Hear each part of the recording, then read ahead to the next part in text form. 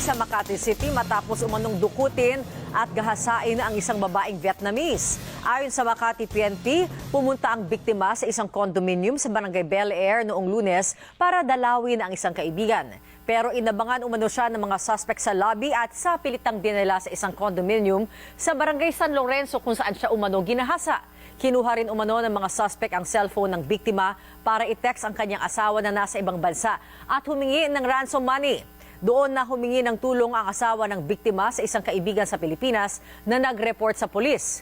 Agad na rumisponde ang mga operatiba at nasagip ang biktima kasamang isa pang Pinay.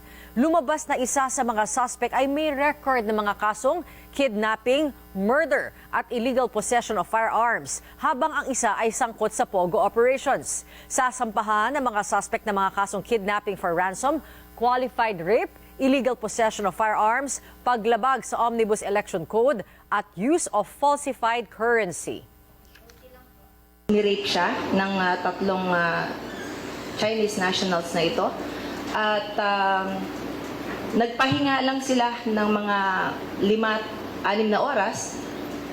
Biniyahe po siya ulit yung ating biktima sa Tagaytay, sa Tagaytay City, at dun ulit may nakaabang na dalawang Chinese nationals at ginahasa po ulit.